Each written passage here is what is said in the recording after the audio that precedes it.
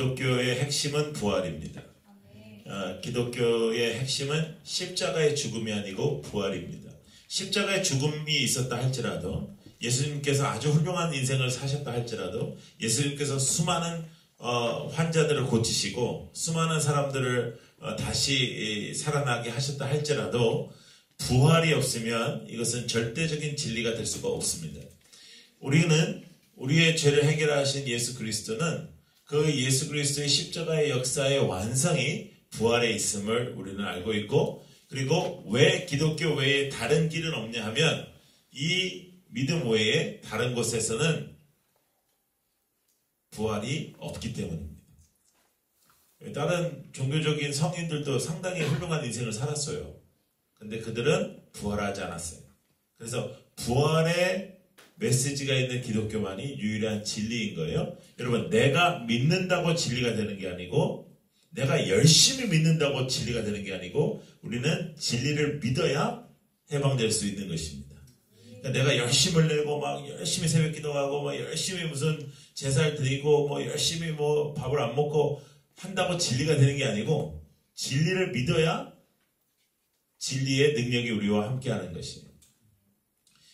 예수님의 부활에 대한 부분은 기독교의 핵심이고, 예수님이 부활하셨기 때문에 우리도 죄악에서 살아날 수 있는 것이고, 예수님이 부활하셨기 때문에 우리가 죄와 사망의 권세를 이기시고 부활하신 예수 그리스도의 이름으로 기도하는 것이고, 그 이름으로 기도를 해야 하나님께서 원하시는 삶을 살 수 있는 것입니다.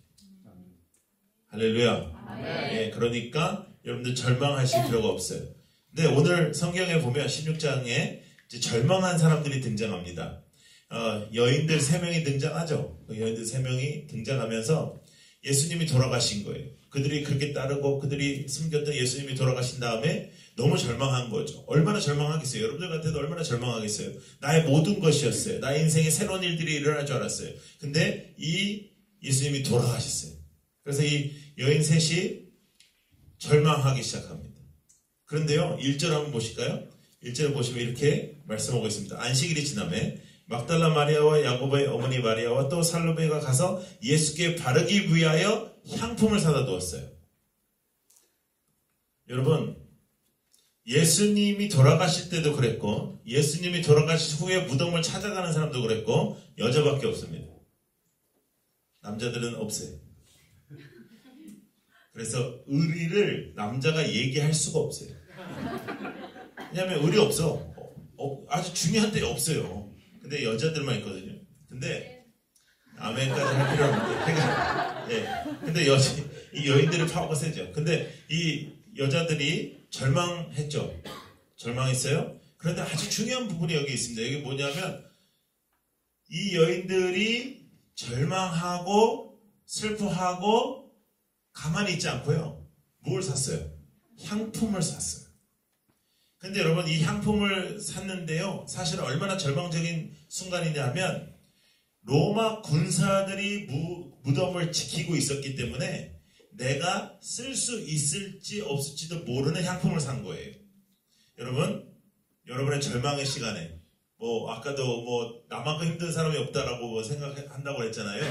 그렇게 고난과 어려움이 나에게 찾아올 때 여러분이 해야 될 것은 뭐냐면 내가 할 수 있는 일을 하는 거예요. 절망이었잖아요. 아무것도 할 수 없었잖아요. 그런데 무엇을 했어요? 내가 살 수 있는 향품을 사다 두었어요. 내가 할 수 있는 일을 계속적으로 하는 것은 굉장히 중요합니다. 그냥 안 될 거야. 나는 죽었어. 나는 이제 끝났어. 나는 망했어. 이렇게 나아가는 거 아니에요. 우리 젊은이들이 그렇게 생각하면 안 돼요. 예? 막 조선이 이렇게 지옥이고 그렇게 생각하면 안 돼요. 진짜 한번 지옥을 가봐야 돼요, 그러면. 그러나 어렵고 힘든 순간이 찾아와. 어느 누구에게도. 근데 어렵고 힘든 순간에 여러분들이 해야 될 일이 뭐냐면 내가 할 수 있는 일을 하는 거예요. 이 여인들이 향품을 사다 두었습니다. 근데 문제가 뭐냐면 군사가 지키고 있어요. 로마 군사, 그 당시 최고의 강한 군사죠. 근데 문제 뭐냐면 무덤에 큰 돌이 막고 있었습니다. 그러니까 군사가 없었어도 여자 3명이서는 열 수가 없는 돌이에요.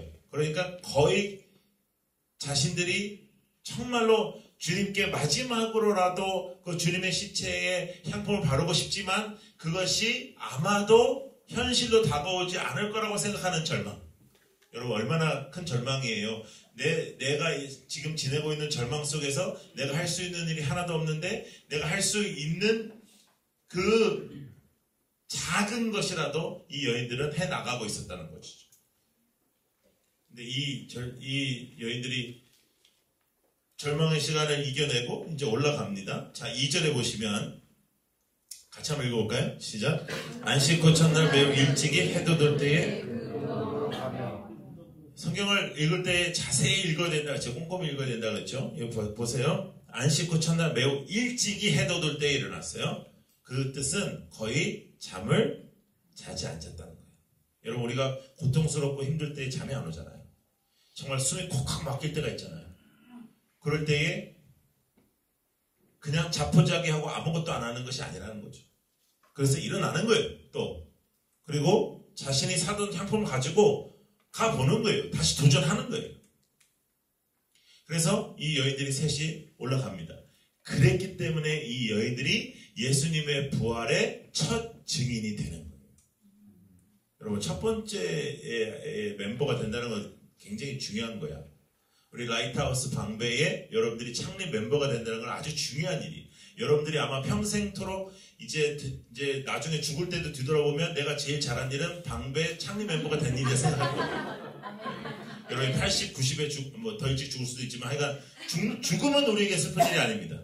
부활하신 예수 그리스도를 믿으면 우리 천국 가는 거니까. 근데 하여간 뭐 너무 일찍 죽지 마세요. 근데 하여간 그건 좀 슬프니까 조금 슬퍼. 근데 여러분들의 삶 속에 정말로 놀라운 일은 우리 같은 인생이 교회를 세우는 데 쓰임받는다는 거예요. 그죠? 그리고 젊은이들이 모이지 않는 이 시대에 우리 젊은이들이 이렇게 모여서 교회를 세워간다는 거예요. 할렐루야. 근데 거기에서 우리가 잊지 말아야 되는 건 뭐냐면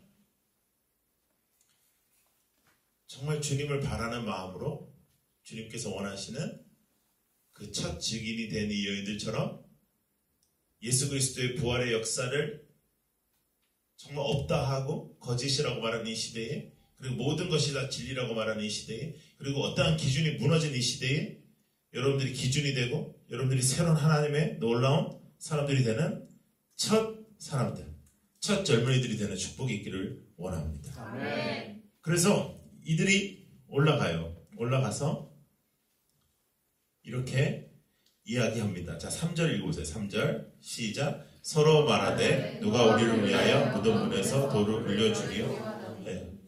이제 올라가면서 얘기하는 거야. 누가 돌을 굴려주겠다. 군사들이 우린 내쫓을 것이다. 그러면서 올라가는 거예요. 여러분 절망의 순간이잖아요. 내가 할 수 있는 일이 아무것도 없는 순간이잖아요. 그러면 대체적으로 남자들 같이 또 대체적으로 다른 여인들 같이 아무것도 안 했을 가능성이 많은데 이들이 첫 증인이 될 수 있었던 것은 그래도 내가 할 수 있는 일을 하고 있었다는 거예요. 여러분 절망하지 말고 지금 사회를 너무 탓하지 말고 또 여러분 직장에 있는 상사를 너무 미워하지 말고 여러분 제가 거의 예언할 수 있습니다. 여러분도 그 상사의 자리에 오르면 여러분도 그 상사와 비슷한 사람이 될 거예요. 여러분 그 상사가 밉지만 그 상사도 여러분이 그렇게 좋지는 않습니다. 네. 그 놀라운 사실을 절대로 잊으면 안 돼요. 여러분이 모르는 일들이 또 나 자신이 모르는 일들이 되게 많아요. 네. 그래서 나는 저 사람을 이해하지 못하고 저 사람이 왜 나한테 저럴까만 하지만 또 그럴 만한 이유가 있을 수도 있다라는 것을 생각을 해야 성숙한 거지. 어떻게 내가 저런 사람을 만나가지고 내가 이렇게 됐냐라고 생각하면 그리고 내가 일방적으로 당하고만 있다고 생각하면 절대로 발전할 수가 없어. 여러분 우리는 부정적인 또 자포자기하는 그런 젊은이들이 아니라 정말 하나님 앞에서 부활하신 예수 그리스도의 능력을 붙잡고 오늘도 새롭게 일어나는 젊은이들이 되기를 바랍니다. 아멘. 그래서 이들이 이제 무덤문 앞에 올라가는 겁니다. 그랬더니 무덤의 문이 열려 있었습니다. 자, 여러분 예수님께서 이 땅에 오셨을 때는 100% 하나님, 100% 인간의 몸으로 오셨습니다. 그래서 여러분들이 공생애, 그러니까 예수님께서 십자가 달려 돌아가실 때까지 예수님의 몸은 우리들의 몸하고 똑같았습니다. 물론 하나님의 능력이 있으셨지만 우리들의 몸하고 똑같았어요. 그 말은 무슨 말이냐면 우리들 같이 한계가 있었어요. 이 몸의 한계. 어떤 한계였냐면 우리가 한 곳에밖에 있을 수가 없죠. 그런 거. 그 다음에 벽이 있으면 벽을 뚫고 못 나가죠. 그런 한계가 예수님도 동일하게 있으셨고 그러면서도 100% 신성의 능력을 가지고 계셨어요. 그래야 인간들이 저지른 죄악을 하나님의 책임으로 지셔서 우리의 죄를 다 해결하실 수 있는 거예요. 그래서 예수님께서는 그러한 몸을 가지고 계셨는데 부활 후에는 그러시지 않으셨어요. 부활 후에는 예수님께서 이렇게 몸이 우리에게 보여지시는 그 예전 육신의 몸은 지니시고 우리에게 내가 살아났다고 증언하시기 위해 그 몸을 가지고 계셨지만 장소와 시간을 초월하셨어요.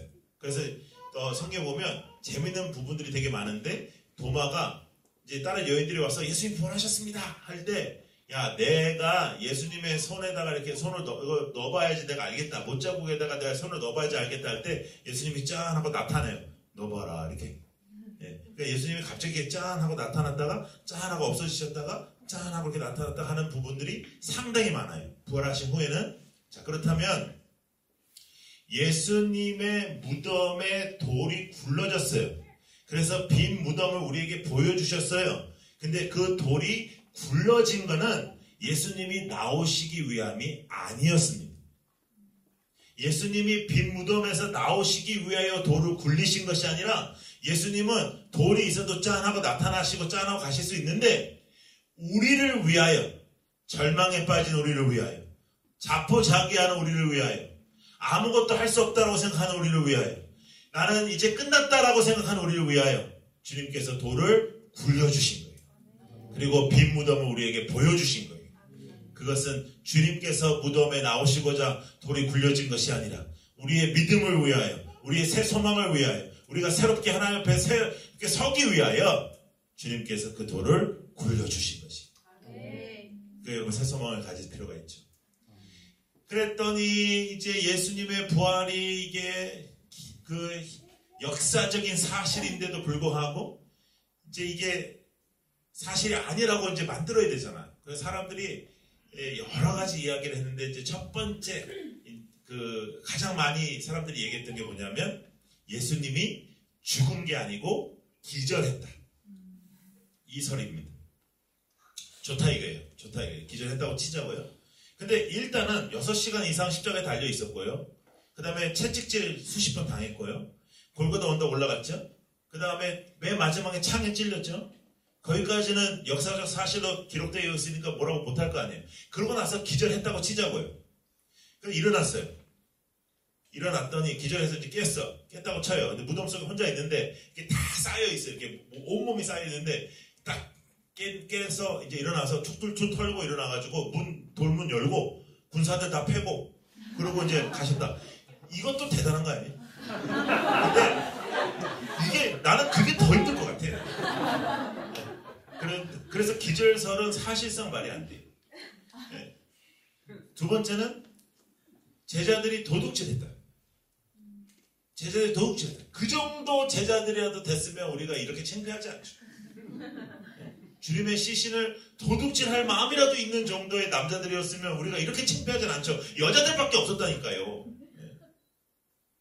그러면 여러분 제자들이 갑자기 그래도 용기가 생겨가지고 의리가 생겨가지고 같이 모여가지고 무기를 만들어서 이제 가서 로마 군사들을 밤에 찔러서 이기고 돌을 밀어서 예수님의 시신을 훔쳤다고 쳐요. 근데요 예수님의 무덤에 딱 갔더니 어떻게 돼 있었냐면 유대인들의 제사는 죽은 시신을 우리나라는 수의를 입혀요. 네? 여러분 혹시 여러분들 친척이 돌아가시거나 하면 이제 관에 들어가 보신 적이 있으시면 수의를 좋은 걸 입혀요. 여러분 절대 수의는 좋은 거 입을 필요 없습니다.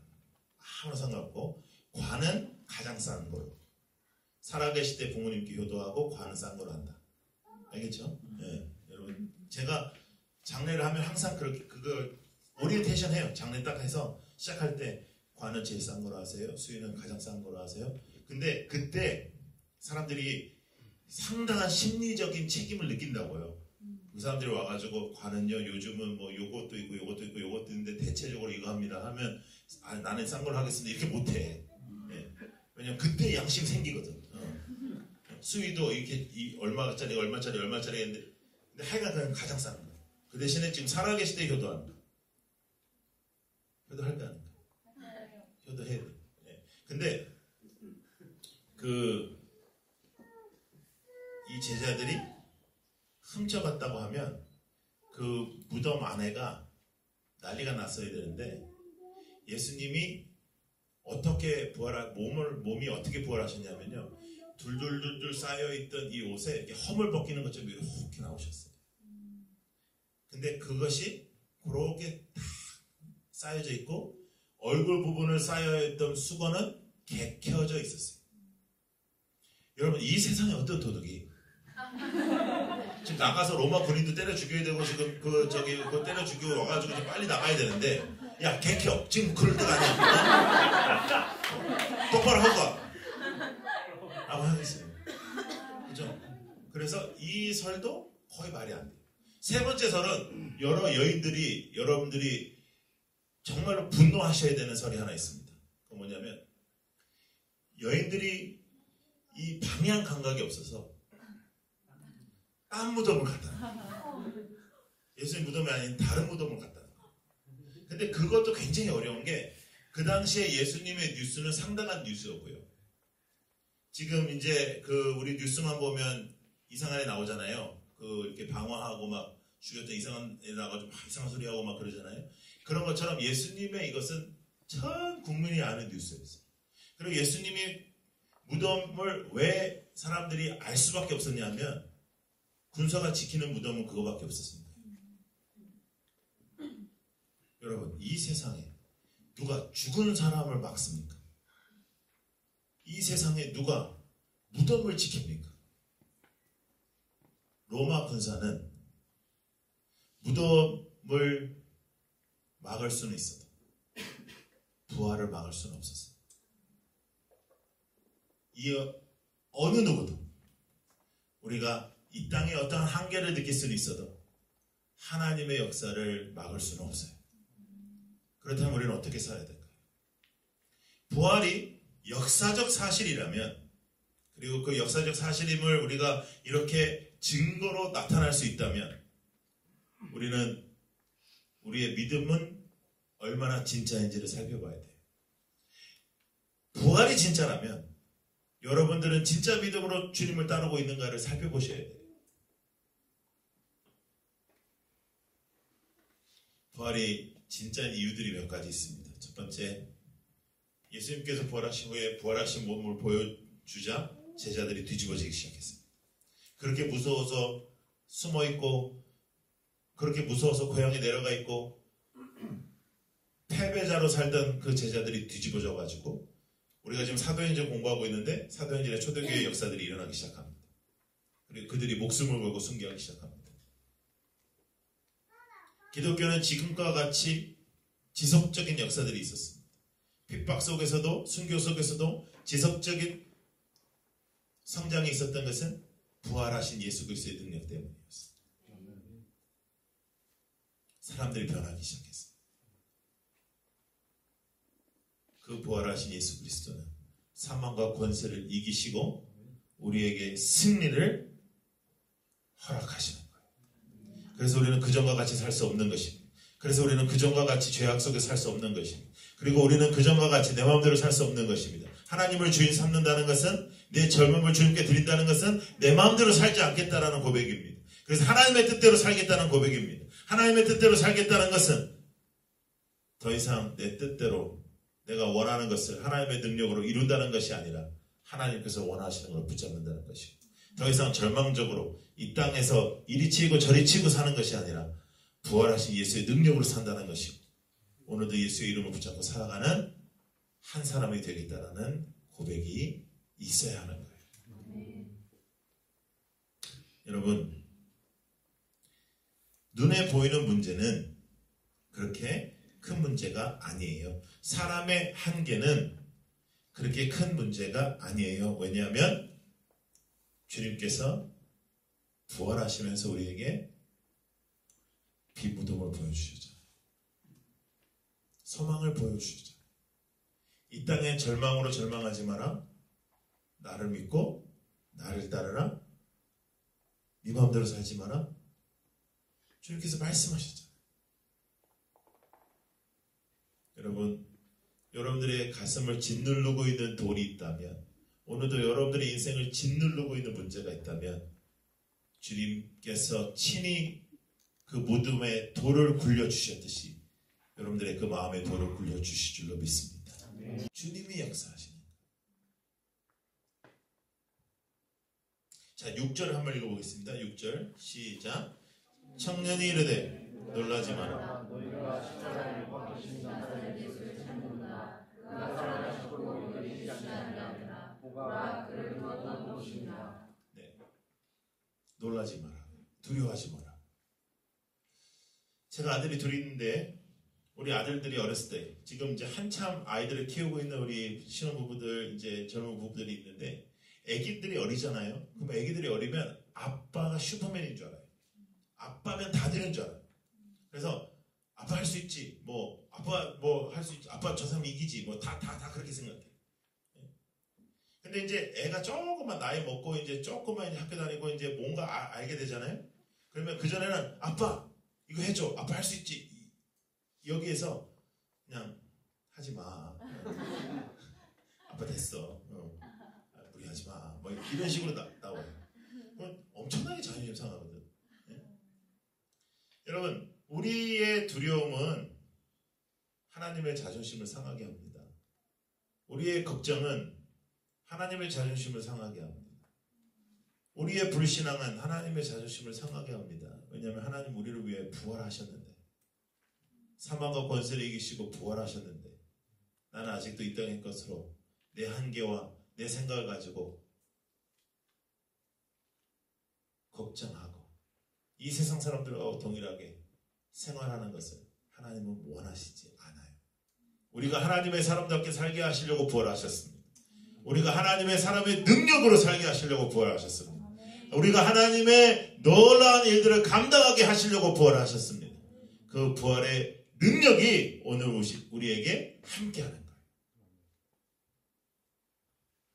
여러분, 그래서 오늘의 핵심 문제는 여러분들의 돌이 얼마나 큰가가 아니고 내 마음이 얼마나 그 돌에 짓눌려 있는가가 아니고 내 인생이 얼마나 지금 힘든가가 아니라 여러분들이 진짜 믿음이 있는가 하는 것입니다. 여러분들의 삶 속에 진짜 믿음이 있는가. 그래서 여러분들의 삶 속에 하나님을 향한 진짜 믿음으로 부활하신 그 예수 그리스도의 이름으로 살고자 하는 그 믿음이 있는가. 부활이 사실인데 나의 믿음은 사실입니까? 부활이 역사적 팩트인데 나의 믿음은 살아있는 믿음입니까? 오늘도 부활하셔서 살아계신 하나님을 죽은 믿음으로 믿어 가고 있지는 않는가. 내 마음대로 믿고 있지는 않는가. 핵심은 거기에 있습니다.